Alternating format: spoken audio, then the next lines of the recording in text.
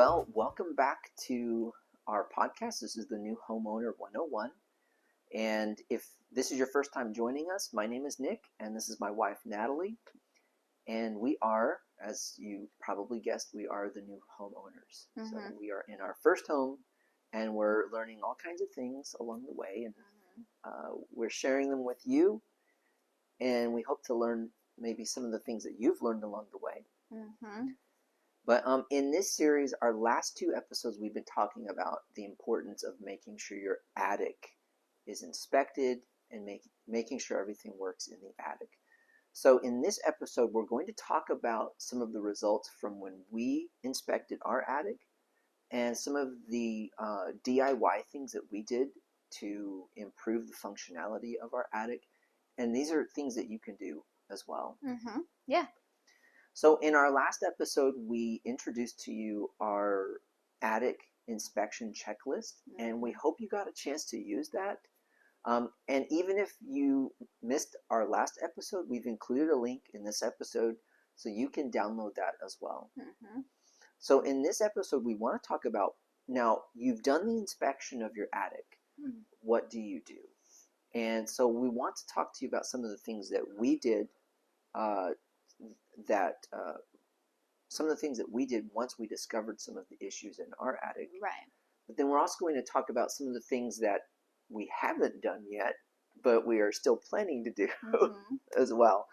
So maybe, Natalie, you can tell us, I guess, really the first few things that we did after we inspected the attic, some of the priorities that we made sure we got done.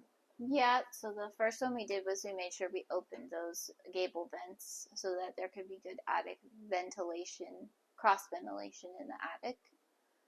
So that one we did right away. Then when it got cold, we knew we needed to put some screening up because we didn't want any pests getting in. Yeah, and I think probably because the previous owner, maybe that's why they closed the gable vents, was because when we did the inspection, we found that there were tears and the screening had been torn open. So that definitely was a problem. Right, exactly. Yeah. So you got up there and installed some screening, which didn't take you too long. It wasn't too hard. Yeah, but then you remember the reason? I mean, we had it on our to-do list. We did. But then we had an unexpected visitor one night. Yeah. We have a camera, and both our front and side door cameras revealed that we had a raccoon visiting, and I think it was on the same night it tried to get in. Or up to the roof on that evening or the evening before that. And yeah, it was trying to get up into the attic, and we didn't want that to happen. No. In fact, we have video of it too. There was at one point, the raccoon was literally at the front or at our side door, and he had paw prints on the door, almost like he was knocking on the door to tell us to let him in. Yeah, it was a little scary though, because we didn't really want anything that big we didn't want anything really getting up in the attic, but nothing that big getting up into the attic that Definitely would be not. hard to get out. Or that could get into the house. Yeah. So that definitely motivated us literally the next evening. Yeah, we did it right away. We got up there and we got the screening and we cut it and I screwed it in nice and tight to cover those gable vents. Yeah, and that was really good. And then we also, in addition to that, the next day we went and walked around the house to see if there were any other areas on the outside of the house that an animal could get into or reach.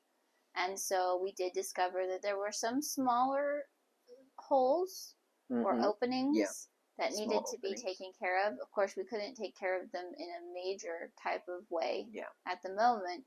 So a simple solution that a friend suggested to us was buying some steel wool and then stuffing the holes or those openings with steel wool to prevent. They weren't big enough for a raccoon, but they were definitely big enough that a squirrel or a bird could get up in there. Right. So. Yeah, and that one was actually pretty easy. And I will admit, I think I made the mistake of, I thought, oh, well, I can do it from the attic. Well, no, that right. doesn't work. Right. So just to tell remove the you, outside. you can't reach the soffit from the attic space. I mean, I was literally sprawled out trying to see if I could and I couldn't. So we got really, a ladder and did it from the outside. the best way to do it is outside. You grab a ladder and do it from the outside. Yeah. It doesn't look the greatest, but you don't really see it all that much. Yeah, you don't see it too much, but it works. Mm-hmm. Okay, so now there were some things that we noticed from our inspection of the attic that we have not done yet. Right. So if you joined us for the last 2 episodes, you probably know that our insulation is old. It's that old cellulose. It's breaking down. Now, it's winter here right now while we're recording this, and it's not bad. No. It is a little drafty in the house. So we do know that as one of the goals we have is that we want to add more insulation to the attic. Mm-hmm.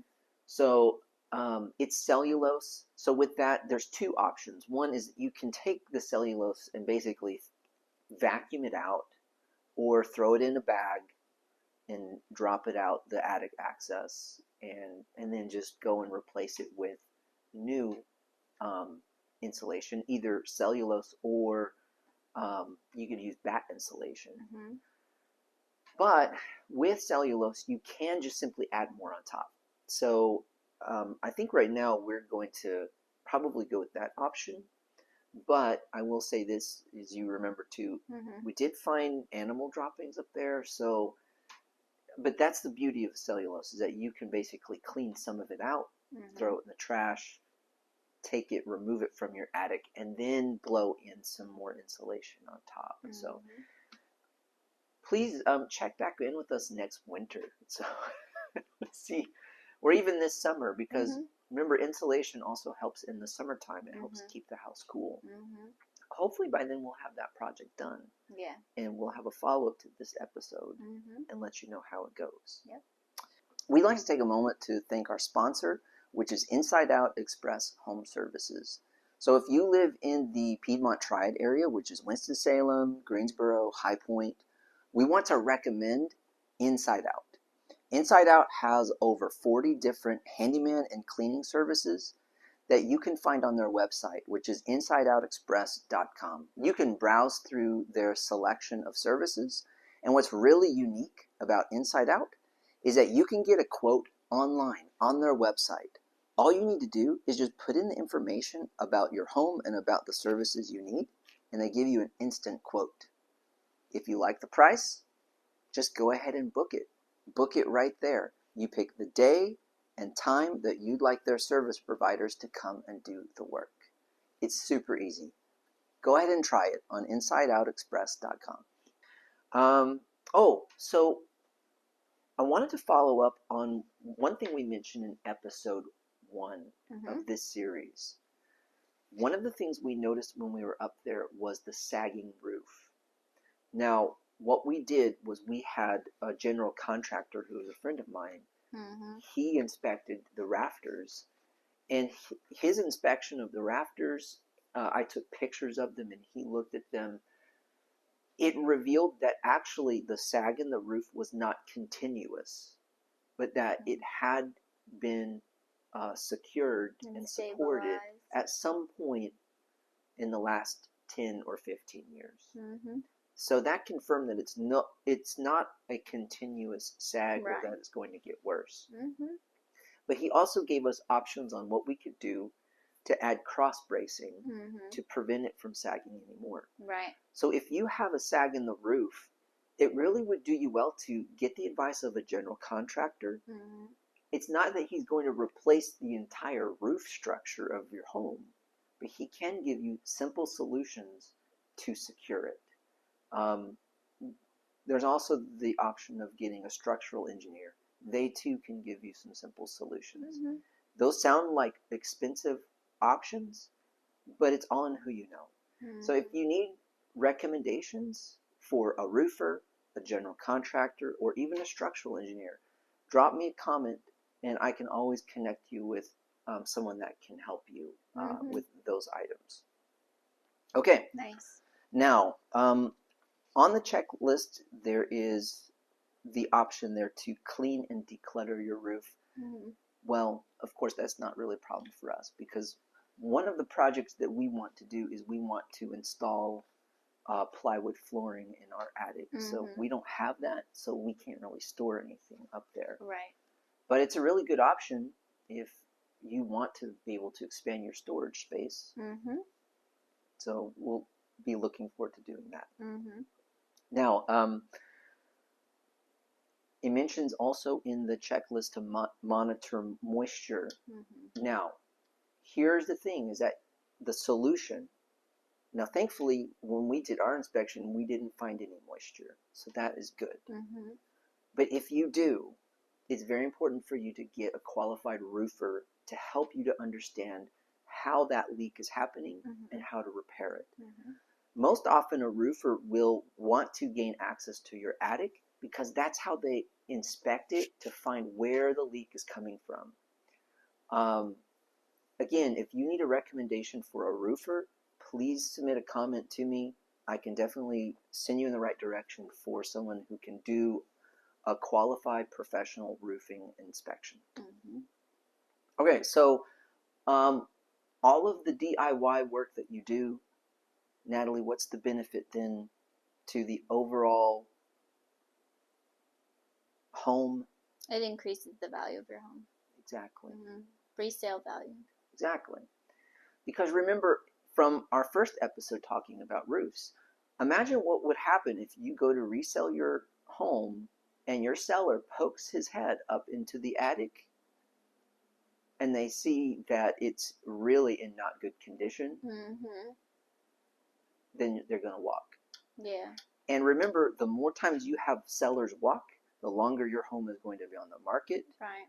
And the longer it's on the market, that means that you're going to have to lower the price to generate interest. So again, maintain your attic so that way you retain your home value. Mm-hmm. We talked about this in episode 1, but what about energy efficiency and safety?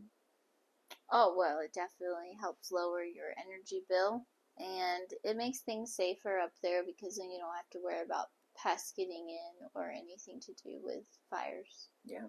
Mm-hmm. And one thing too is that when you do a regular inspection of your attic, we would even recommend that you do it annually or even biannually, so twice a year. Then it will help you to avoid any expensive repairs or replacements that you have to do. Right, unexpected things Exactly. or things getting worse before you realize. Yeah.